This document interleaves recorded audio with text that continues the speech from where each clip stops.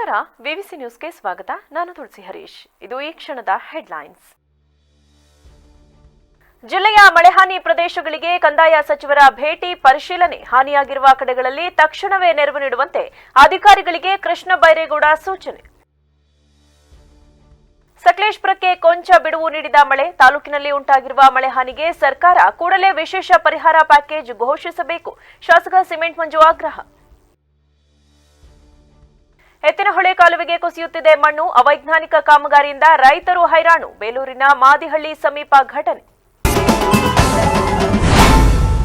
ರಾಜ್ಯದಲ್ಲಿ ವಾಡಿಕೆಗಿಂತಲೂ ಅಧಿಕ ಮಳೆಯಾಗಿದ್ದು ಹಾನಿಯಾಗಿರುವ ಕಡೆಗಳಲ್ಲಿ ತಕ್ಷಣವೇ ನೆರವು ನೀಡುವಂತೆ ಸೂಚಿಸಲಾಗಿದೆ ಎಂದು ಕಂದಾಯ ಸಚಿವ ಕೃಷ್ಣ ಬೈರೇಗೌಡ ಹೇಳಿದರು. ಶನಿವಾರ ಮಳೆಹಾನಿ ಪ್ರದೇಶಗಳಿಗೆ ಭೇಟಿ ನೀಡಿ ಪರಿಶೀಲಿಸಿದ ಬಳಿಕ ಮಾತನಾಡಿದ ಅವರು, ರಾಜ್ಯದಲ್ಲಿ ವಾಡಿಕೆ ಪ್ರಕಾರ 419 ಮಿಲಿಮೀಟರ್ ಮಳೆಯಾಗಬೇಕಿತ್ತು. ಈಗಾಗಲೇ 540 ಮಿಲಿಮೀಟರ್ಗಿಂತ ಹೆಚ್ಚು ಮಳೆಯಾಗಿದೆ. ಬಹುತೇಕ ಜಲಾಶಯ ಭರ್ತಿಯಾಗಿದ್ದು ಜಲಾಶಯಗಳಿಂದ ನದಿಗೆ ಪೂರ್ಣ ಪ್ರಮಾಣದಲ್ಲಿ ನೀರು ಬಿಡಲಾಗಿದೆ. ನದಿಯಲ್ಲಿ ಹೆಚ್ಚಿನ ಪ್ರಮಾಣದ ನೀರು ಹರಿಯುತ್ತಿರುವುದರಿಂದ ತಗ್ಗು ಪ್ರದೇಶಗಳಿಗೆ ನೀರು ನುಗ್ಗಿದೆ. ನೀರು ನುಗ್ಗಿರುವ ಕಡೆ ಆರೈಕೆ ಕೇಂದ್ರ ತೆರೆದಿದ್ದೇವೆ. ಒಟ್ಟಾರೆ ರಾಜ್ಯದಲ್ಲಿ 114 ಆರೈಕೆ ಕೇಂದ್ರ ತೆರೆದಿದ್ದೇವೆ. ರಾಜ್ಯದಲ್ಲಿ 600 ಮನೆಗಳು ಕುಸಿದಿವೆ. ಹಾಸನದಲ್ಲಿ 16 ಮನೆ ಬಿದ್ದಿವೆ. ಸಾವು ನೋವು ಸಂಭವಿಸಿದೆ. ಕಾಲಕಾಲಕ್ಕೆ ಪರಿಹಾರ ಕೊಡುವ ಕೆಲಸವನ್ನ ಸರ್ಕಾರ ಮಾಡುತ್ತಿದೆ. ಸದ್ಯ 777 ಕೋಟಿ ಹಣವನ್ನ ಎಲ್ಲಾ ಡಿಸಿ ಖಾತೆಗಳಿಗೆ ಬಿಡುಗಡೆ ಮಾಡಲಾಗಿದೆ ಎಂದರು. ಹಾಸನ ಜಿಲ್ಲಾಧಿಕಾರಿಗೆ 23 ಕೋಟಿ ಹಣ ನೀಡಿದ್ದೇವೆ. ನೀರು ಬಂದಾಗ ಜನರು ಎಚ್ಚರಿಕೆಯಿಂದ ಇರಬೇಕು. ಹಳೆ ಮನೆಗಳಿದ್ದರೆ ಕೂಡಲೇ ಖಾಲಿ ಮಾಡಿ. ಪೂರ್ಣ ಮನೆ ಹಾನಿಯಾದರೆ ಎಸ್ಡಿಆರ್ಎಫ್ ನಿಯಮಾವಳಿ ಪ್ರಕಾರ ಪರಿಹಾರ ಕೊಡುತ್ತೇವೆ. ಮನೆ ದಾಖಲೆ ಇಲ್ಲದವರಿಗೂ ಪರಿಹಾರ ಕೊಡಲು ಕ್ಯಾಬಿನೆಟ್ನಲ್ಲಿ ಚರ್ಚೆ ಆಗಿದೆ. ಭಾಗಶಃ ಹಾನಿಯಾದವರಿಗೆ 50,000 ಕೊಡಲು ಸಿಎಂ ಜೊತೆ ಚರ್ಚೆ ಮಾಡಿದ್ದೇವೆ. 1.25 ಲಕ್ಷ ಹಣದ ಜೊತೆ ಒಂದು ಹೊಸ ಮನೆಯನ್ನ ನೀಡುತ್ತೇವೆ. ಪರಿಹಾರದ ಜೊತೆಗೆ ಮನೆಯನ್ನ ನೀಡುತ್ತಿದ್ದೇವೆ ಎಂದರು. ಸತತವಾಗಿ ಮಳೆ ಆಗ್ತಾ ಇದೆ. ಒಟ್ಟಾರೆ ರಾಜ್ಯದಲ್ಲಿ 28% ವಾಡಿಕೆಗಿಂತ ಹೆಚ್ಚು ಮಳೆ ಆಗಿದೆ. ವಾಡಿಕೆಗಿಂತ 28% ಹೆಚ್ಚು ಮಳೆ ಆಗಿದೆ. ಇಲ್ಲಿಯವರೆಗೂ ಸಹ ನಮಗೆ ವಾಡಿಕೆ ಪ್ರಕಾರ ರಾಜ್ಯದಲ್ಲಿ ಆಗಬೇಕಾಗಿದ್ದಂಥ ಮಳೆ 419 ಮಿಲಿಮೀಟರ್ ಆಗಬೇಕಾಗಿತ್ತು. ಈಗಾಗಲೇ ಸುಮಾರು 540 ಮಿಲಿಮೀಟರ್ಗಿಂತ ಹೆಚ್ಚು ಮಳೆ ಆಗಿದೆ. ಸೊ ವಾಡಿಕೆಗಿಂತ 28% ಹೆಚ್ಚು ಮಳೆ ಆಗಿದೆ.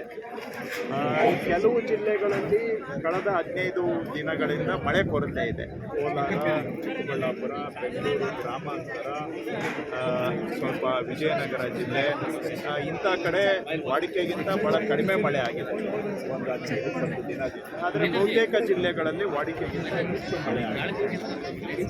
ಇದರ ಪ್ರಯುಕ್ತ ಎಲ್ಲ ಜಲಾಶಯಗಳಿಗೂ ಕೂಡ ನೀರಿನ ಒಳಹರಿವು ಪೂರ್ಣ ಪ್ರಮಾಣದಲ್ಲಿ ಹರಿದು ಬರ್ತಾ ಇದೆ. ನೀರು ಬಹುತೇಕ ಜಲಾಶಯಗಳು ತುಂಬಿದ್ದಾವೆ.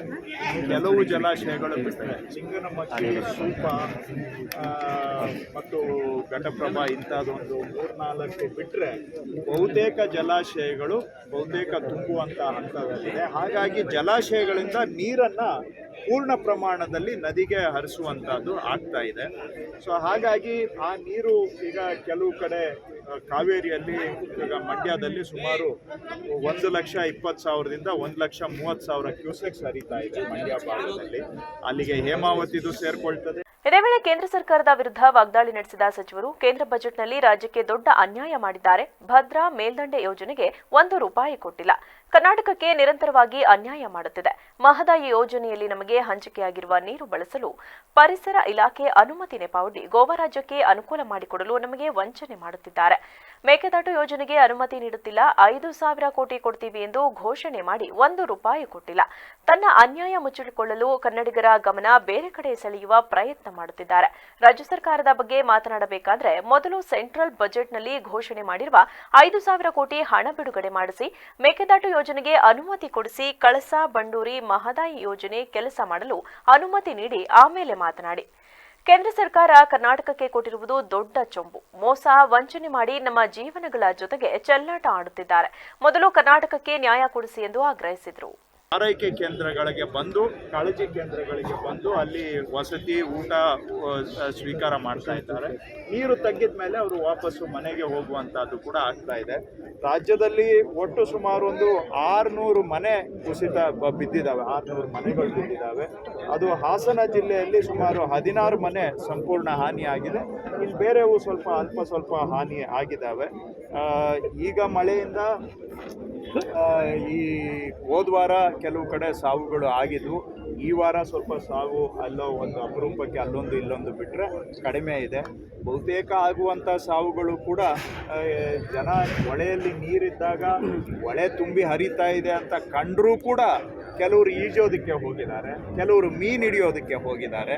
ಇದು ಎಲ್ಲೋ ಒಂದು ಕಡೆ ನಾನು ಅವರಿಗೆ ಮನವಿ ಮಾಡ್ತೇನೆ, ಹೊಳೆಗಳಲ್ಲಿ ನೀರು ತುಂಬಿ ಹರಿಯುವಂಥ ಸಂದರ್ಭದಲ್ಲಿ ಅದನ್ನು ಪರಿಸ್ಥಿತಿ ನೋಡಿ ಪ್ರಕೃತಿಗೆ ನಾವು ಗೌರವ ಕೊಡಬೇಕು.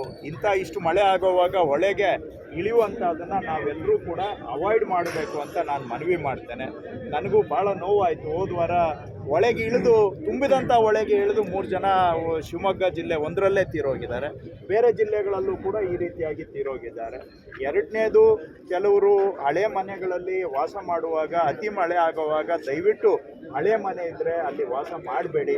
ನಿಮಗೆ ಸರ್ಕಾರದಿಂದ ನಾವು ಪರ್ಯಾಯ ವಸತಿ ಸೌಲಭ್ಯವನ್ನು ನಾವು ಮಾಡಿಕೊಡ್ತೇವೆ.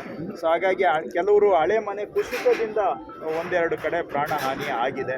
ಸೊ ಇದನ್ನೆಲ್ಲವನ್ನು ಕೂಡ ಸರ್ಕಾರ ನಾವು ಎಲ್ಲ ಕಡೆ ಗಮನ ಇಟ್ಟು ಏನೇನು ಕಾಲಕ್ಕೆ ಪರಿಹಾರ ಕೊಡಬೇಕು ಅದನ್ನು ಮಾಡ್ತಾ ಇದ್ದೇವೆ.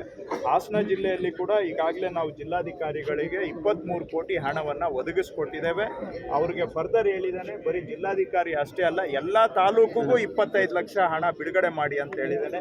ಈ ಸಂದರ್ಭದಲ್ಲಿ ಸಂಸದ ಶ್ರೇಯಸ್ ಪಟೇಲ್, ಜಿಲ್ಲಾಧಿಕಾರಿ ಸಿ ಸತ್ಯಭಾಮ ಹಾಗೂ ಜಿಲ್ಲಾಡಳಿತದ ಅಧಿಕಾರಿಗಳು ಸಾಥ್ ನೀಡಿದರು.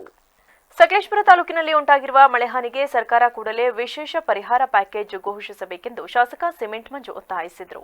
ಪಟ್ಟಣದಲ್ಲಿ ತುಂಬಿ ಹರಿಯುತ್ತಿರುವ ಹೇಮಾವತಿ ನದಿ ಹಾಗೂ ಶ್ರೀಹೊಳೆ ಮಲ್ಲೇಶ್ವರ ದೇವಸ್ಥಾನದ ಗರ್ಭಗುಡಿಗೆ ನುಗ್ಗಿರುವ ನೀರನ್ನು ವೀಕ್ಷಿಸಿ ಮಾತನಾಡಿದ ಅವರು, ಕಳೆದ 2 ತಿಂಗಳಿನಿಂದ ಸಕಲೇಶಪುರ ತಾಲೂಕಿನಲ್ಲಿ ಎಡೆಬಿಡದೆ ಸುರಿದಿರುವ ಧಾರಾಕಾರ ಮಳೆಯಿಂದಾಗಿ ಅಪಾರ ಪ್ರಮಾಣದಲ್ಲಿ ನಷ್ಟ ಉಂಟಾಗಿದೆ. ಬೆಳೆಗಾರರು ಬೆಳೆದ ಕಾಫಿ, ಮೆಣಸು, ಅಡಿಕೆ, ಭತ್ತ ಮುಂತಾದ ಬೆಳೆಗಳು ಮಳೆಯ ರಭಸಕ್ಕೆ ನೆಲಕ್ಕುರುಳಿದೆ ಎಂದರು. ತಾಲೂಕಿನಲ್ಲಿ ಹಲವಾರು ಕಿರು ಸೇತುವೆಗಳು ನೀರಿನ ರಭಸಕ್ಕೆ ಕೊಚ್ಚಿ ಹೋಗಿದೆ. ತಡೆಗೋಡೆ ರಸ್ತೆ ಬದಿಯ ಗುಡ್ಡ ಕುಸಿದು ಬಿದ್ದಿದೆ. ರಸ್ತೆಗಳು ಸಂಪೂರ್ಣ ಹಾಳಾಗಿದೆ. ಮಳೆಯಿಂದಾಗಿ 100ಕ್ಕೂ ಹೆಚ್ಚು ಮನೆಗಳು ಹಾನಿ ಉಂಟಾಗಿದೆ. ನಮ್ಮ ತಾಲೂಕಿನಲ್ಲಿ ಹೆಚ್ಚು ಮಳೆ ಸುರಿದಿರುವುದರಿಂದ ಬಯಲುಸೀಮೆ ರೈತರಿಗೆ ಅನುಕೂಲವಾದರೆ ಮಲೆನಾಡು ಭಾಗದಲ್ಲಿ ಪ್ರತಿ ವರ್ಷ ನಷ್ಟ ಉಂಟಾಗುತ್ತಿದೆ. ಸರ್ಕಾರ ಈ ಬಗ್ಗೆ ಗಮನ ಹರಿಸಿ ಸಕಲೇಶಪುರಕ್ಕೆ ವಿಶೇಷ ಪ್ಯಾಕೇಜ್ ಘೋಷಿಸಬೇಕು ಎಂದು ಆಗ್ರಹಿಸಿದ ಅವರು, ಈ ಬಗ್ಗೆ ಬೃಹತ್ ನೀರಾವರಿ ಸಚಿವ ಉಪಮುಖ್ಯಮಂತ್ರಿ ಡಿಕೆ ಶಿವಕುಮಾರ್ ಅವರೊಂದಿಗೆ ಚರ್ಚಿಸಿ ಮನವಿ ಮಾಡಿದ್ದೇನೆ. ವಿಧಾನಸಭಾ ಅಧಿವೇಶನ ಇದ್ದಿದ್ದರಿಂದ ಕ್ಷೇತ್ರದ ಮಳೆಹಾನಿ ಪ್ರದೇಶಕ್ಕೆ ಭೇಟಿ ನೀಡಲು ಸಾಧ್ಯವಾಗಿರಲಿಲ್ಲ. ಇಂದಿನಿಂದ ಕ್ಷೇತ್ರದ ಎಲ್ಲಾ ಭಾಗಕ್ಕೂ ಪ್ರವಾಸ ಮಾಡಿ ಮಳೆಯಿಂದ ಉಂಟಾಗಿರುವ ಹಾನಿ ನಷ್ಟದ ಬಗ್ಗೆ ಮಾಹಿತಿ ಪಡೆದು ವರದಿ ಮಾಡಿ ಸರ್ಕಾರಕ್ಕೆ ಪರಿಹಾರ ಬಿಡುಗಡೆ ಮಾಡಲು ಒತ್ತಾಯಿಸಲಾಗುವುದು ಎಂದರು. ಕಳೆದ 15 ದಿನಗಳಿಂದ ಸುರಿಯುತ್ತಿದ್ದ ಮಳೆ ಶನಿವಾರ ಪೂರ್ತಿ ಬಿಡುವು ನೀಡಿದ್ದರೂ ಮಳೆಯ ಅವಘಡಗಳು ಇನ್ನೂ ನಿಂತಿಲ್ಲ. ಶುಕ್ರವಾರ ರಾತ್ರಿಯಿಂದ ಹೇಮಾವತಿ ನದಿಯ ಹರಿವು ಹೆಚ್ಚಾದ ಪರಿಣಾಮ ಪಟ್ಟಣದ ಆಜಾದ್ ರಸ್ತೆ 50ಕ್ಕೂ ಹೆಚ್ಚು ಅಂಗಡಿ ಹಾಗೂ ಮನೆಯೊಳಗೂ ನೀರು ನುಗ್ಗಿದೆ. ಎಡೆಕುಮರೆ ಕಡಗರವಳ್ಳಿ ನಡುವಿನ 63ನೇ ಕಿಲೋಮೀಟರ್ನ ರೈಲ್ವೆ ಹಳಿಯ ಮೇಲೆ ಗುಡ್ಡದ ಮಣ್ಣು ಕುಸಿದ ಪರಿಣಾಮ ನಿನ್ನೆ ಶುಕ್ರವಾರ ರಾತ್ರಿಯಿಂದ ರೈಲ್ವೆ ಸಂಚಾರ ರದ್ದುಪಡಿಸಲಾಗಿದೆ. ರೈಲ್ವೆ ಹಳಿಯ ಮೇಲೆ ಬಿದ್ದಿರುವ ಮಣ್ಣು ತೆರವು ಕಾರ್ಯಾಚರಣೆ ಬಿರುಸಿನಿಂದ ಸಾಗಿದೆ. ರಾಷ್ಟ್ರೀಯ ಹೆದ್ದಾರಿ 75ರ ದೊಡ್ಡ ತಪ್ಪಲಿನಲ್ಲಿ ಮತ್ತೆ ಗುಡ್ಡ ಕುಸಿದು ಕೆಲ ಗಂಟೆಗಳ ಕಾಲ ಸಂಚಾರ ನಿರ್ಬಂಧಿಸಲಾಗಿತ್ತು. ಪರ್ಯಾಯವಾಗಿ ವಾಹನಗಳನ್ನು ಕಾಡುಮನೆ ರಸ್ತೆ ಮೂಲಕ ಸಂಚರಿಸಲು ಅನುವು ಮಾಡಿಕೊಡಲಾಗಿತ್ತು. ರಾಷ್ಟ್ರೀಯ ಹೆದ್ದಾರಿ ಅವಂತರದಿಂದ ಗುಲಗಳಲಿಯ 3 ಮನೆಗಳಿಗೆ ಅಪಾರ ಪ್ರಮಾಣದಲ್ಲಿ ನೀರು ನುಗ್ಗಿದ ಪರಿಣಾಮ ಮನೆಯಲ್ಲಿ ಸಾಮಗ್ರಿಗಳು ನೀರು ಪಾಲಾಗಿವೆ. ಕೆಲವೆಡೆ ಮಳೆಯಿಂದಾಗಿ ಸೇತುವೆ ಕೊಚ್ಚಿ ಹೋಗಿರುವ ಪರಿಣಾಮ ಸುಮಾರು ಗ್ರಾಮದ ರೈತರ 400 ಎಕರೆಯಷ್ಟು ಗದ್ದೆ ಹಾಗೂ ತೋಟಗಳಿಗೆ ತೆರಳುವ ಸಂಪರ್ಕ ಕಡಿತಗೊಂಡಿದೆ. ದೇವಾಲದ ಕೆರೆ ಗ್ರಾಮದಲ್ಲಿ ಸುಮಾರು 50 ಎಕರೆ ಭತ್ತದ ಗದ್ದೆ ಜಲಾವೃತಗೊಂಡಿದೆ. ಸಂಕಲಾಪುರ ಕಾಡುಮನೆ ರಸ್ತೆಯಲ್ಲಿ ಗುಡ್ಡ ಕುಸಿದಿದೆ. ಓಡಳ್ಳಿ ಸೋಮವಾರಪೇಟೆ ರಾಜ್ಯ ಹೆದ್ದಾರಿ ನಡುಭಾಗದಲ್ಲಿ ಬಿರುಕು ಬಿಟ್ಟಿದೆ. ಹೆಸಳೂರು ಹೋಬಳಿ ಮತ್ತೂರು ಗ್ರಾಮದ ಕೆರೆಕೋಟೆ ಹೊಡೆದು 106 ಎಕರೆ ಭತ್ತದ ಗದ್ದೆಗಳಿಗೆ ನೀರು ಹರಿದಿದೆ. ತಾಲೂಕಿನಲ್ಲಿ ಮಳೆಯ ಪ್ರವಾಹ ಕಡಿಮೆಯಾದರೂ ಅವಘಡ ನಷ್ಟಗಳು ಹೆಚ್ಚುತ್ತಿವೆ. ನಿರಂತರವಾಗಿ ಸುರಿತಿರತಕ್ಕಂಥ ಮಳೆಯಿಂದ ಸಕಲೇಶಪುರ ಜೀವನದಿ ಹೇಮಾವತಿ ತುಂಬಿ ಹರಿತಾ ಇದೆ. ನಮ್ಮೆಲ್ಲರಿಗೂ ಕೂಡ ಸಂತೋಷದ ವಿಚಾರ. ಆದರೆ ಅದರ ಜೊತೆಯಲ್ಲಿ ಈ ಭಾಗದಲ್ಲಿ ಹಲವಾರು ಮನೆಗಳು, ಹಲವಾರು ರಸ್ತೆಗಳು, ಹಲವಾರು ಸೇತುವೆಗಳು ಹಾಗೂ ಈ ಭಾಗದ ಮುಖ್ಯ ಬೆಳೆದಂಥ ಕಾಫಿ ಬೆಳೆ ಸಮೇತ ನೆಲಕಚ್ಚಿದೆ. ಈ ನಿಟ್ಟಿನಲ್ಲಿ ನಾನು ಕೂಡ ಈಗ ಹಲವಾರು ಪ್ರದೇಶಗಳಿಗೆ ಭೇಟಿ ಕೊಡಬೇಕು ಅಂತಕ್ಕಂಥ ನಿರ್ಧಾರವನ್ನು ಮಾಡಿದ್ದೀನಿ. ನಿನ್ನೆ ತನಕ ನಾನು ಅಧಿವೇಶನದಲ್ಲಿದ್ದಂಥ ಕಾರಣ ನಾನು ಸಕಲೇಶಪುರದಲ್ಲಿ ಹೋದ ಭಾನುವಾರ ವಿಸಿಟ್ ಮಾಡಿದ್ದೆ. ಮತ್ತು ಅದರ ನಂತರ ವಿಸಿಟ್ ಮಾಡೋಕ್ಕಾಗಿತ್ತಲ್ಲ, ಇವತ್ತು ಬಂದಿದ್ದೀನಿ. ಇವತ್ತು ಎಲ್ಲ ಕಡೆ ವಿಸಿಟ್ ಮಾಡ್ತಕ್ಕಂಥ ಕೆಲಸವನ್ನು ಮಾಡ್ತಾ ಇದ್ದೀನಿ. ನಾನು ಸರ್ಕಾರಕ್ಕೆ ಒತ್ತಾಯವನ್ನು ಮಾಡ್ತೀನಿ, ಈ ಭಾಗದಲ್ಲಿ ಇರ್ತಕ್ಕಂಥ ಏನು ಮನೆಗಳು ರೈತರಿಗೆ ಹಾನಿಯಾಗಿದೆ, ರಸ್ತೆಗಳಿಗೆ ಹಾನಿಯಾಗಿದೆ, ಎಲ್ಲವೂ ಕೂಡ ವಿಶೇಷವಾದ ಒಂದು ಪ್ಯಾಕೇಜ್ನ ಈ ಭಾಗಕ್ಕೆ ಘೋಷಣೆ ಮಾಡಿ ಸಂಕಷ್ಟದಲ್ಲಿರ್ತಕ್ಕಂಥ ಈ ಕ್ಷೇತ್ರದ ಜನತೆಯ ಕಷ್ಟಕ್ಕೆ ಸರ್ಕಾರ ಧಾವಿಸಬೇಕು ಅಂತೇಳಿ ಸರ್ಕಾರಕ್ಕೆ ಮನವಿನ ಮಾಡಿದ್ದೀವಿ. ನಿನ್ನೆ ಡಿ ಕೆ ಶಿವಕುಮಾರ್ ಅವರ ನಡೆದಂಥ ಸಭೆಯಲ್ಲಿ ಕಾವೇರಿ ನದಿಗೆ ಸಂಬಂಧಪಟ್ಟಂತ ಸಭೆಯಲ್ಲಿ ನೆನೆನೂ ಕೂಡ ಸರ್ಕಾರಕ್ಕೆ ಒತ್ತಾಯವನ್ನು ಮಾಡಿದ್ದೀನಿ, ಈಗಲೂ ಕೂಡ ಒತ್ತಾಯವನ್ನು ಮಾಡ್ತೀನಿ. ಈ ಭಾಗದಲ್ಲಿ ಇರ್ತಕ್ಕಂಥ ಸಮಸ್ಯೆಗೆ ಸ್ಪಂದಿಸ್ತಕ್ಕಂಥ ಕೆಲಸವನ್ನು ಸರ್ಕಾರ ಮಾಡಬೇಕು. ಕಳೆದ 2-3 ದಿನಗಳಿಂದ ಧೋ ಎಂದು ಸುರಿಯುತ್ತಿರುವ ಮಳೆ ಹಾಗೂ ಐಬಿಸಿ ಕಾಫಿ ಎಸ್ಟೇಟ್ ಒಡೆತನದ ಕೆರೆ ಒಡೆದಿದ್ದರಿಂದ ಕಳೆದ ಮಾರ್ಚ್ನಲ್ಲಿ ಲಕ್ಷಾಂತರ ರು ಖರ್ಚು ಮಾಡಿ ನಿರ್ಮಿಸಿದ ಕೆರೆ ಸಂಪೂರ್ಣ ಹಾಳಾಗಿದೆ ಎಂದು ಎಚ್ಆರ್ ದೀಪಕ್ ಹೇಳಿದರು. ಬೇಲೂರು ತಾಲೂಕಿನ ಅರೇಹಳ್ಳಿ ಹೋಬಳಿಯ ನಾರ್ವೆ ಗ್ರಾಮ ಪಂಚಾಯಿತಿ ವ್ಯಾಪ್ತಿಯ ಹೊಸಮನೆ ಬಳಿ ತಮ್ಮ ಜಮೀನಿನಲ್ಲಿ ನಿರ್ಮಿಸಿರುವ ಕೆರೆ ಹಾನಿಯಾಗಿರುವುದನ್ನು ಉದ್ದೇಶಿಸಿ ಮಾತನಾಡಿದ ಅವರು, ನಾನು ಸಣ್ಣ ಹಿಡುವಳಿದಾರನಾಗಿದ್ದು ಕೃಷಿ ನಂಬಿ ಜೀವನ ಸಾಗಿಸುತ್ತಿದ್ದೇನೆ. ಜಮೀನಿನ ಮೇಲ್ಭಾಗದಲ್ಲಿರುವ ಐಬಿಸಿ ಕಾಫಿ ಎಸ್ಟೇಟ್ನವರು ಅವೈಜ್ಞಾನಿಕವಾಗಿ ನಿರ್ಮಿಸಿರುವ ಕೆರೆ ಒಡೆದು ಹೋದ ಪರಿಣಾಮದಿಂದ ಉಂಟಾದ ಪ್ರವಾಹದಿಂದ ಕೆರೆಗಳು ಹೂಳು ತುಂಬಿಕೊಂಡಿವೆ. ಕಾಫಿ, ಅಡಿಕೆ ಹಾಗೂ ಮೆಣಸು ಬೆಳೆಯೂ ಸಹ ಹಾಳಾಗಿದೆ. ಇದರಿಂದ ಜಿಲ್ಲಾ ಪಂಚಾಯತ್ ಅನುದಾನದಲ್ಲಿ ನಿರ್ಮಿಸಲಾಗಿದ್ದ ಸೇತುವೆ ತಳಭಾಗದ ತಡೆಗೋಡೆ ಕುಸಿತಗೊಂಡಿದೆ. ಸೇತುವೆಗೆ ಹೊಂದಿಕೊಂಡಂತೆ 100 ಅಡಿ ಉದ್ದದ ತಡೆಗೋಡೆಯನ್ನ ನಿರ್ಮಿಸಿಕೊಟ್ಟರೆ ಬಹಳ ಅನುಕೂಲವಾಗುತ್ತದೆ ಎಂದರು.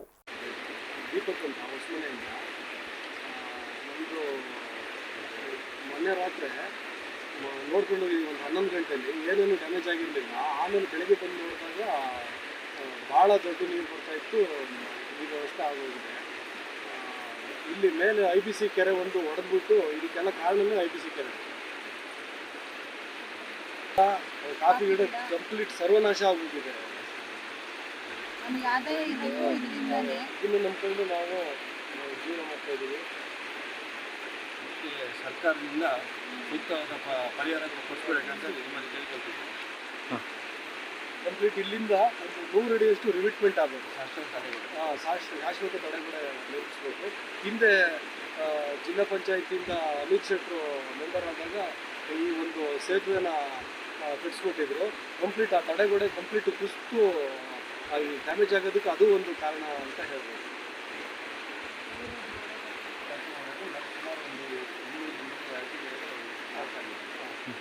ಇದಕ್ಕೆ ನಾನು ಮಾರ್ಚಲ್ಲಿ ತೆಗೆಸಿದ್ವಿ ಕೆರೆನ. ಹೆಚ್ಚಿನ ಅಂಶ 1.25 ಲಕ್ಷ ರೂಪಾಯಿ ಖರ್ಚಾಗಿತ್ತು. ನನ್ನ ಸ್ವಂತ ದುಡ್ಡಲ್ಲಿ ಮಾಡಿದ್ದಿದ್ದು. ಈ ಒಂದು 200-300 ಕಾಫಿ ಗಿಡನೂ ಹೋಗಿದ್ದಾವೆ. ಅಡಿಕೆ ಗಿಡ ಒಂದು 5-6 ವರ್ಷದ ಅಡಿಕೆ ಗಿಡನೇ. ಈ ವೇಳೆ ಗ್ರಾಮ ಪಂಚಾಯಿತಿ ಸದಸ್ಯ ಮಹೇಶ್ ಶೆಟ್ಟಿ, ಧನಲಕ್ಷ್ಮಿ, ವಾಸಂತಿ, ಪದ್ಮರಾಜ್ ಅರಸ್, ಆನಂದ್ ಕುಮಾರ್ ಇದ್ದರು.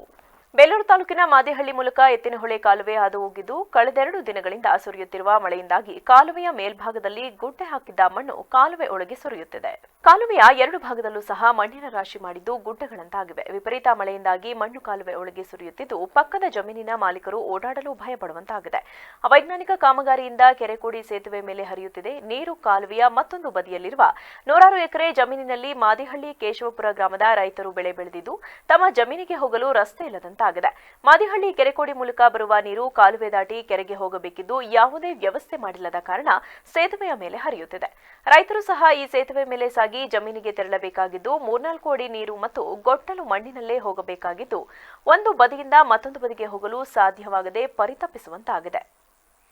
ಎತ್ತಿನಹೊಳೆ ಅಧಿಕಾರಿಗಳು ತಮ್ಮ ಕೆಲಸ ಮಾಡಿಕೊಳ್ಳಲಷ್ಟೇ ರೈತರನ್ನ ಉಪಯೋಗಿಸಿಕೊಂಡು ಕೈಬಿಟ್ಟರು, ಸರಿಯಾದ ರಸ್ತೆ ಮಾಡಿಕೊಡಲಿಲ್ಲ ಎಂದು ಆರೋಪ ಮಾಡುವ ಮೂಲಕ ಜಮೀನು ಕಳೆದುಕೊಂಡ ರೈತ ಶಿವರಾಜು, ಮಾದಿಹಳ್ಳಿ ಕೆರೆಕೋಡಿ ನೀರು ಕೋಡಿ ಮೂಲಕ ನಾಲೆ ದಾಟಿ ಕೆರೆ ಸೇರಬೇಕಿತ್ತು. ಆದರೆ ಅಧಿಕಾರಿಗಳ ಬೇಜವಾಬ್ದಾರಿತನದಿಂದ ಕೋಡಿಗೆ ಸರಿಯಾಗಿ ಕಾಲುವೆ ನಿರ್ಮಿಸದೆ ಸೇತುವೆ ಮೂಲಕ ನೀರು ಕೆರೆಗೆ ಹೋಗುತ್ತಿದ್ದು, ನಾವು ಮತ್ತೊಂದು ಬದಿಗೆ ಸಾಗಲು ಸಾಧ್ಯವಾಗದ ಪರಿಸ್ಥಿತಿ ನಿರ್ಮಾಣವಾಗಿದೆ ಎಂದು ಆಕ್ರೋಶ ವ್ಯಕ್ತಪಡಿಸಿದರು.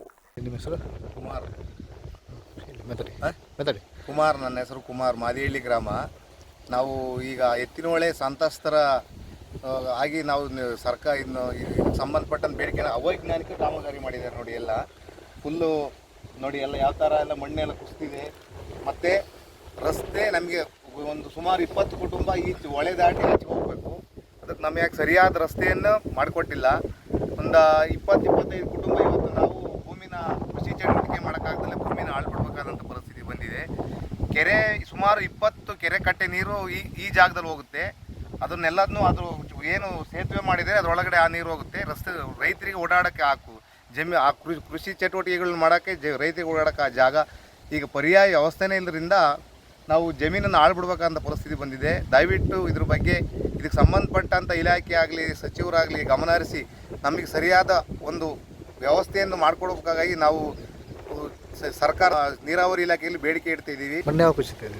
3 ದಿವಸದಿಂದ ಸತತವಾಗಿ ಮಳೆ ಇರೋದ್ರಿಂದ ಬಿಡುವಿಲ್ಲದ ಕಾರಣ ನೋಡಿ ಎಲ್ಲ 2 ಕಡೆ ಸೈಡು ಮಣ್ಣು ಕುಸಿತ ಆಗಿ ಮತ್ತೆ ಈಗ ನಾವು ಜಮೀನು ಹೋಗೋ ಅಂತ ಬರೀ ಕಡೆ ಸೈಡಲ್ಲಿ ಬಿಟ್ಟಿರೋಂಥ ಜಾಗದಲ್ಲಿ ಹೋಗೋಕ್ಕಾಗದಂಥ ಪರಿಸ್ಥಿತಿ ಬಂದಿದೆ.